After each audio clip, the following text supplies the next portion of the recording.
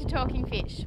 Back in the 60s, a gentleman called Vic Oke relocated his family from Melbourne to Cairns and set up one of Australia's first oceanariums, caring for sick and injured marine life and also collecting others for public display. Here's part of his story.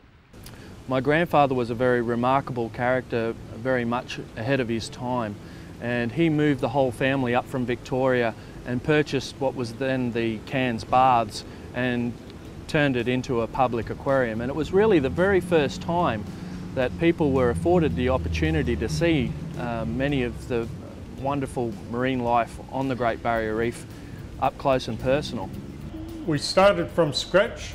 They got the whole lot of engineers in, built the walls. Back then there was no gear around, and so we had to fly glass out from England to do this facility, because there was none available in Australia that was needed for the thickness and for the size of the pool. We had a couple of large pools and then a settling tank system based on an English style, so that we could hold a lot of water in the back of the facility, which no one saw, for circulating through the tanks. And then we built small tanks to facilitate what the large tanks held. And we had all the turtles and even crocodiles, all different things in the same facility. So it was a really good setup. One of the most amazing animals that my grandfather had at the aquarium was his dugong, Dolly the dugong, and he really loved that animal. So much so that when they finally lost Dolly, it broke his heart and he sold the aquarium.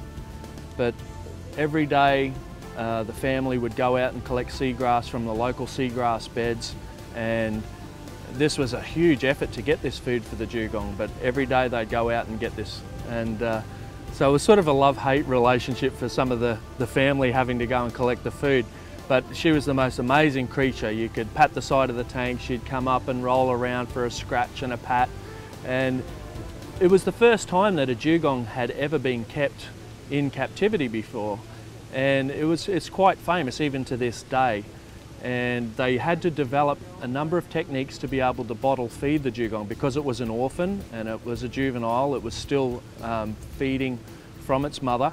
So they developed a series of bottles, and my grandfather would literally cradle the dugong in his arms and put the bottle in her mouth, and she'd have milk all over her face. And yeah, it was quite remarkable, and as a small child it had an enormous impact on me. My family's always been surrounded by iconic megafauna: crocodiles, sharks, turtles, gropers, all these things. I've only ever known working with those large animals. So the oceanarium and the role that my grandfather played introducing the family to these animals is very much instrumental in what we do today.